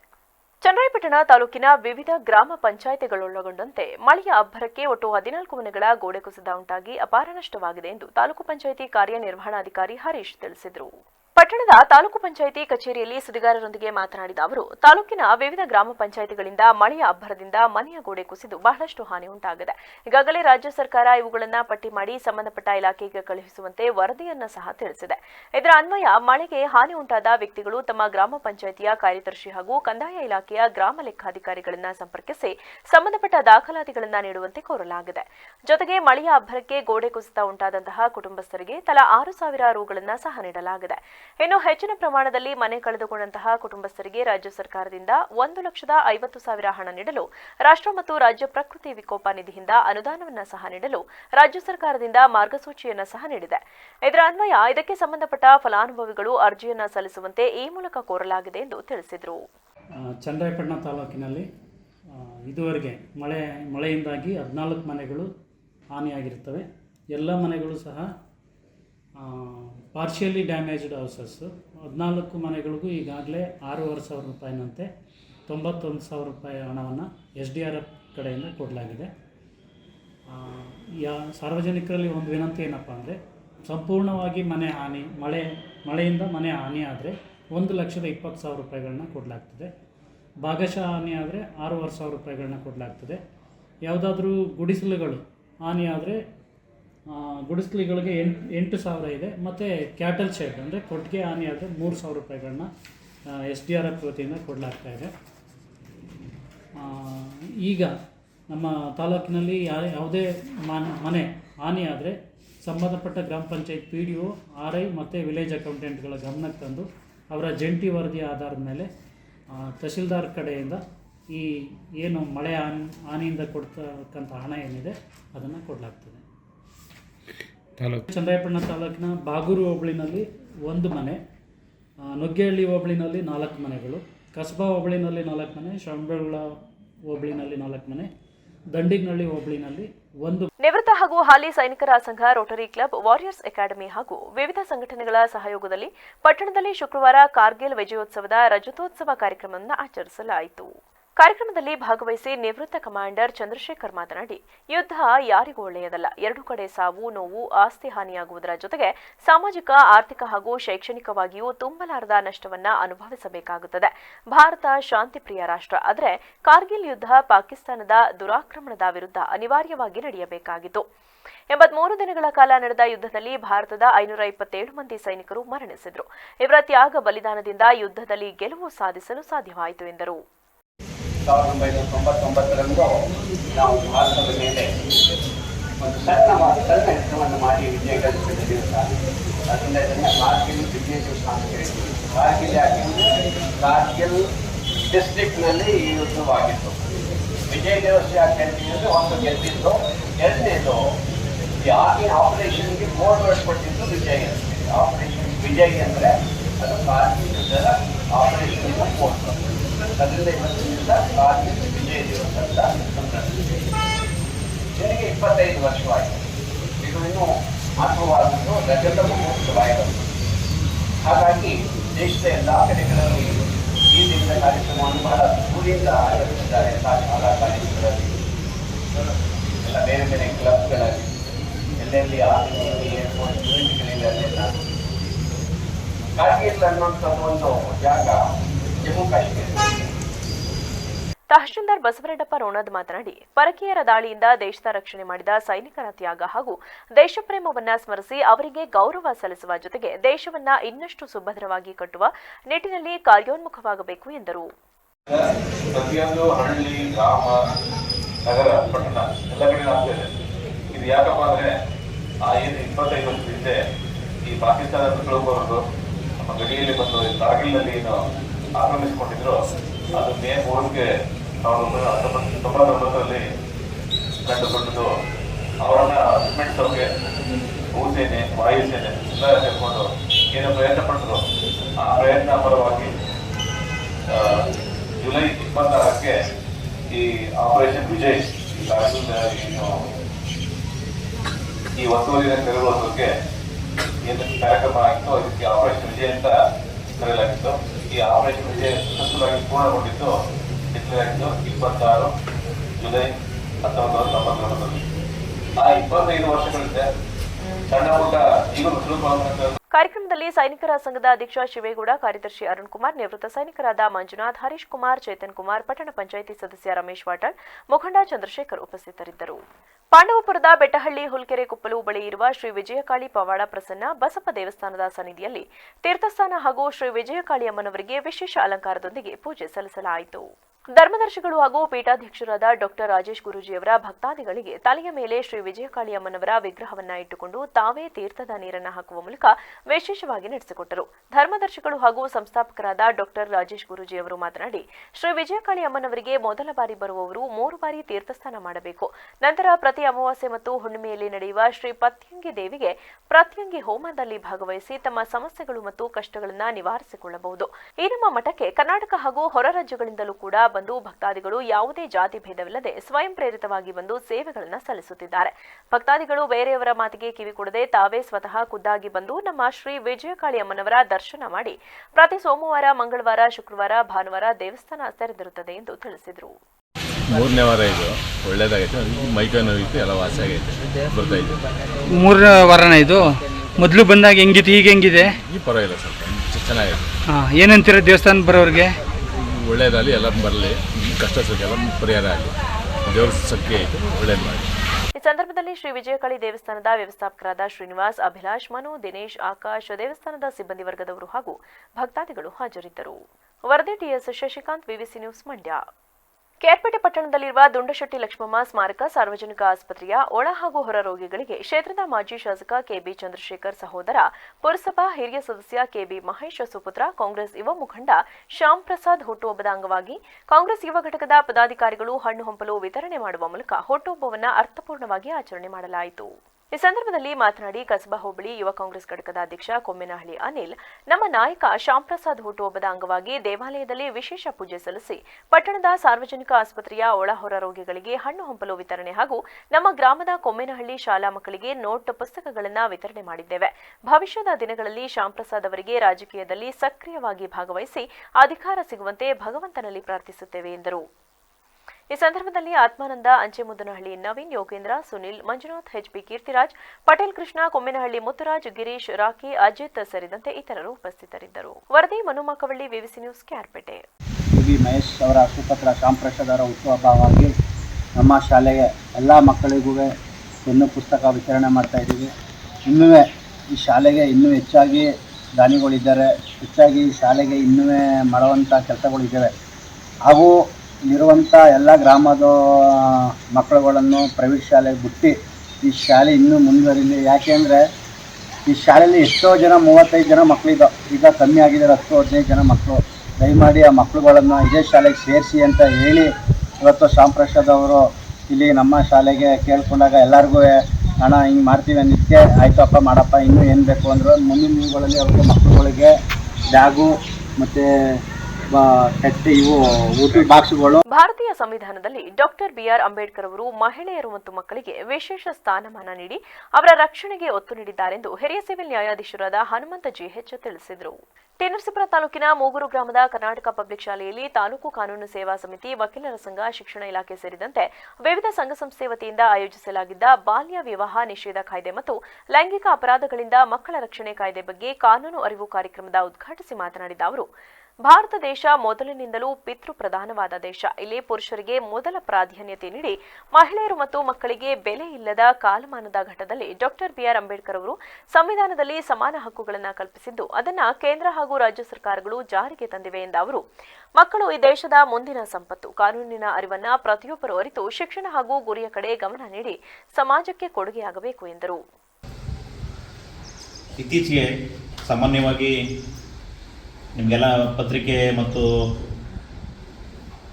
ಏನದು ನಾವು ಪ್ರತಿನಿತ್ಯ ಟಿ ವಿಗಳಲ್ಲಿ ನ್ಯೂಸನ್ನು ನೋಡಿದ್ರೆ ಸಮಾಜ ಯಾವ ಉದ್ದೇಶವನ್ನು ಈಡೇರಿಸಬೇಕು ಅನ್ನುವ ಕಡೆ ಸಾಗ್ತಿದೆಯೋ ಅಥವಾ ಇಲ್ಲೋ ಅನ್ನೋದೇ ಪ್ರಶ್ನೆ. ನಿಮಗೆಲ್ಲ ಗೊತ್ತಿದೆ ಮಕ್ಕಳೇ, ಇವತ್ತಿನ ಯುವ ಪೀಳಿಗೆ ನಮ್ಮ ದೇಶದ ಮುಂದಿನ ಒಂದು ಸಂಪತ್ತು, ಹೌದಲ್ಲ? ಮತ್ತೊಂದು ಮಾಹಿತಿ ಅಂತ ಹೇಳಿದ್ರೆ ಸರಿಸುಮಾರು 25ರಿಂದ 45 ಅಂದರೆ ಒಂದು ಯುವ ಪೀಳಿಗೆ ಅಂತ ನಾವು ಹೇಳ್ತೀವಲ್ಲ, ಇಡೀ ಪ್ರಪಂಚದಾದ್ಯಂತ ಅತಿ ಹೆಚ್ಚು ಯುವ ಸಮೂಹ ಇರೋದು ನಮ್ಮ ಭಾರತ ದೇಶದಲ್ಲಿ ಮಾತ್ರ. ಇಡೀ ಪ್ರಪಂಚದಾದ್ಯಂತ ನಾನು ಹೇಳ್ತಿರೋದು. ನಿಮಗೆಲ್ಲ ವಿಶೇಷವಾಗಿ PUC ಮಕ್ಕಳಿದ್ದೀರಿ ಮತ್ತು SLC ಮಕ್ಕಳಿದ್ದೀರಿ. ನಮ್ಮ ಭಾರತ ಸಂವಿಧಾನ. ಈ ಸಂದರ್ಭದಲ್ಲಿ ಸಿವಿಲ್ ನ್ಯಾಯಾಧೀಶರಾದ ಶ್ಯಾಮ್ ಪ್ರಕಾಶ್, ಹೆಚ್ಚುವರಿ ಸಿವಿಲ್ ನ್ಯಾಯಾಧೀಶರಾದ ವೆಂಕಟೇಶ್ ಕೆಎನ್, ವಕೀಲರ ಸಂಘದ ಅಧ್ಯಕ್ಷ ತೊಟ್ಟವಾಡಿ ಮಹದೇವಸ್ವಾಮಿ, ಬಾಲ ನ್ಯಾಯ ಮಂಡಳಿ ಸದಸ್ಯರಾದ T G Suresh, BRC Nagesh, SDMC ಅಧ್ಯಕ್ಷ ರಂಗಸ್ವಾಮಿ ಸೇರಿದಂತೆ ಇತರರಿದ್ದರು. ವರದಿ M Nagendra Kumar, VVC news, T Narasipura. Karnataka ಕಾರ್ಯನಿರತ ಪತ್ರಕರ್ತರ ಸಂಘದ ವತಿಯಿಂದ ತುಮಕೂರು ಜಿಲ್ಲಾ ಪತ್ರಕರ್ತರ ಪ್ರತಿಭಾನ್ವಿತ ಮಕ್ಕಳಿಗೆ ಡಾಕ್ಟರ್ ಜಿ ಪರಮೇಶ್ವರ್ ಮತ್ತು ಶ್ರೀಮತಿ ಕನ್ನಿಕಾ ಪರಮೇಶ್ವರ್ ಉನ್ನತ ಶಿಕ್ಷಣ ಪ್ರೋತ್ಸಾಹಧನ ವಿತರಣಾ ಸಮಾರಂಭ ಹಾಗೂ ತುಮಕೂರು ಮಹಾನಗರ ಪಾಲಿಕೆಯ ವತಿಯಿಂದ ನಗರ ನಿವಾಸಿ ಪತ್ರಕರ್ತರಿಗೆ ಕ್ಯಾಶ್ಲೆಸ್ ಆರೋಗ್ಯ ವಿಮೆ ಕಾರ್ಡ್ ವಿತರಣೆ ಕಾರ್ಯಕ್ರಮವನ್ನು ಜುಲೈ 28ರಂದು ಆಯೋಜಿಸಲಾಗಿದೆ ಎಂದು ಸಂಘದ ತುಮಕೂರು ಜಿಲ್ಲಾ ಘಟಕದ ಅಧ್ಯಕ್ಷ ಚೀನಿ ಪುರುಷೋತ್ತಮ್ ತಿಳಿಸಿದರು. ತುಮಕೂರಿನಲ್ಲಿ ಶುಕ್ರವಾರ ನಡೆದ ಪತ್ರಿಕಾಗೋಷ್ಠಿಯಲ್ಲಿ ಮಾಹಿತಿ ನೀಡಿದ ಅವರು, ಇದೇ ಭಾನುವಾರ ತುಮಕೂರು ಜಿಲ್ಲಾ ಪಂಚಾಯತ್ ಸಭಾಂಗಣದಲ್ಲಿ ಕಾರ್ಯಕ್ರಮವನ್ನು ಹಮ್ಮಿಕೊಳ್ಳಲಾಗಿದ್ದು, ಕಾರ್ಯಕ್ರಮದಲ್ಲಿ ತುಮಕೂರು ಜಿಲ್ಲಾ ಉಸ್ತುವಾರಿ ಹಾಗೂ ಗೃಹ ಸಚಿವರಾದ doctor G Parameshwar, Shrimati Kannika Parameshwar, KUWJ ಅಧ್ಯಕ್ಷರಾದ ಚೀನಿ ಪುರುಷೋತ್ತಮ್, ತುಮಕೂರು ಶಾಸಕರಾದ ಜ್ಯೋತಿ ಗಣೇಶ್ ಸೇರಿದಂತೆ ಅನೇಕ ಗಣ್ಯರು ಕಾರ್ಯಕ್ರಮದಲ್ಲಿ ಭಾಗವಹಿಸಲಿದ್ದಾರೆ. ಆದುದರಿಂದ ಹೆಚ್ಚಿನ ಸಂಖ್ಯೆಯಲ್ಲಿ ಪತ್ರಕರ್ತರು, ಬಂಧು ಮಿತ್ರರು ಆಗಮಿಸಿ ಕಾರ್ಯಕ್ರಮವನ್ನು ಯಶಸ್ವಿಗೊಳಿಸಬೇಕೆಂದು ಮನವಿ ಮಾಡಿದರು. ವರದಿ A N peer, ವಿವಿಸಿ news, Tumakuru. Karnataka ಕಾರ್ಯನಿರತ ಪತ್ರಕರ್ತರ ಸಂಘ ತುಮಕೂರು ಜಿಲ್ಲಾ ಘಟಕದ ವತಿಯಿಂದ ಪ್ರತಿ ವರ್ಷ ಕೂಡ ನಾವು ನಮ್ಮ ಜಿಲ್ಲೆಯ ಪತ್ರಕರ್ತರ ಪ್ರತಿಭಾನ್ವಿತ ಮಕ್ಕಳಿಗೆ ಪುರಸ್ಕಾರ ಮಾಡೋ ಕಾರ್ಯಕ್ರಮವನ್ನು ಹಲವಾರು ವರ್ಷಗಳಿಂದ ನಾವು ನಡೆಸ್ಕೊಂಡು ಬಂದಿದ್ದೇವೆ. ಅದರಂತೆ ಈ ವರ್ಷ ಕೂಡ ಈ ಒಂದು ಕಾರ್ಯಕ್ರಮ ಏನು ಜುಲೈ 28ರಂದು ಭಾನುವಾರ ಸಂಜೆ 4 ಗಂಟೆಗೆ ಜಿಲ್ಲಾ ಪಂಚಾಯತ್ ಸಭಾಂಗಣದಲ್ಲಿ ನಡೆದಿದೆ. ಈ ಬಾರಿ ವಿಶೇಷ ಅಂದರೆ ಇಡೀ ದೇಶದಲ್ಲೇ ಪತ್ರಕರ್ತರ ಮಕ್ಕಳಿಗೆ ಇಷ್ಟು ಬೃಹತ್ ಮಟ್ಟದ ಅನಾವರಣ ಕೊಡದಂಥ ಇತಿಹಾಸ ಇಲ್ಲ. ತುಮಕೂರಿನಲ್ಲಿ ಇದೇ ಮೊದಲ ಬಾರಿಗೆ ನಮ್ಮ ತುಮಕೂರು ಜಿಲ್ಲಾ ಉಸ್ತುವಾರಿ ಸಚಿವರು ಹಾಗೂ ಮಾನ್ಯ ಗೃಹ ಸಚಿವರು ಆಗಿರ್ತಕ್ಕಂಥ ಡಾಕ್ಟರ್ ಜಿ ಪರಮೇಶ್ವರ್ ಅವರು ನಮ್ಮ ಪತ್ರಕರ್ತರ ಮಕ್ಕಳಿಗೆ ಶಿಕ್ಷಣದಲ್ಲಿ ಉನ್ನತವಾಗಿ ಬೆಳೀಲಿ ಅನ್ನೋ ಕಾರಣದಿಂದ ಅವರು ನಮಗೆ ಒಂದು ದತ್ತಿ ನಿಧಿಯನ್ನು ಇಟ್ಟು ಇವತ್ತು ಡಾಕ್ಟರ್ ಜಿ ಪರಮೇಶ್ವರ ಮತ್ತು ಶ್ರೀಮತಿ ಕನ್ನಿಕಾ ಪರಮೇಶ್ವರ ಉನ್ನತ ಶಿಕ್ಷಣ ಪ್ರೋತ್ಸಾಹಧನ ವಿತರಣೆ ಕೂಡ ಅವತ್ತು ನಡೆದಿದೆ. ವಿಶೇಷವಾಗಿ ನಮ್ಮ ಪತ್ರಕರ್ತರ ಮಕ್ಕಳು ಏನು. ಕೊನೆಯಲ್ಲಿ ಮತ್ತೊಮ್ಮೆ ಹೆಡ್ಲೈನ್ಸ್. ಜಿಲ್ಲೆಯ ಮಳೆಹಾನಿ ಪ್ರದೇಶಗಳಿಗೆ ಕಂದಾಯ ಸಚಿವರ ಭೇಟಿ ಪರಿಶೀಲನೆ. ಹಾನಿಯಾಗಿರುವ ಕಡೆಗಳಲ್ಲಿ ತಕ್ಷಣವೇ ನೆರವು ನೀಡುವಂತೆ ಅಧಿಕಾರಿಗಳಿಗೆ ಕೃಷ್ಣ ಬೈರೇಗೌಡ ಸೂಚನೆ. ಸಕಲೇಶಪುರಕ್ಕೆ ಕೊಂಚ ಬಿಡುವು ನೀಡಿದ ಮಳೆ. ತಾಲೂಕಿನಲ್ಲಿ ಉಂಟಾಗಿರುವ ಮಳೆ ಹಾನಿಗೆ ಸರ್ಕಾರ ಕೂಡಲೇ ವಿಶೇಷ ಪರಿಹಾರ ಪ್ಯಾಕೇಜ್ ಘೋಷಿಸಬೇಕು. ಶಾಸಕ ಸಿಮೆಂಟ್ ಮಂಜು ಆಗ್ರಹ. ಎತ್ತಿನಹೊಳೆ ಕಾಲುವೆಗೆ ಕುಸಿಯುತ್ತಿದೆ ಮಣ್ಣು. ಅವೈಜ್ಞಾನಿಕ ಕಾಮಗಾರಿಯಿಂದ ರೈತರು ಹೈರಾಣು. ಬೇಲೂರಿನ ಮಾದಿಹಳ್ಳಿ ಸಮೀಪ ಘಟನೆ. ಕ್ಷಣ ಸುದ್ದಿಗಾಗಿ ನೋಡ್ತಾ ಇರಿ ವಿವಿಸಿ ಟಿವಿ. ಸತ್ಯದ ಕಡೆ ನಮ್ಮ ನಡೆ.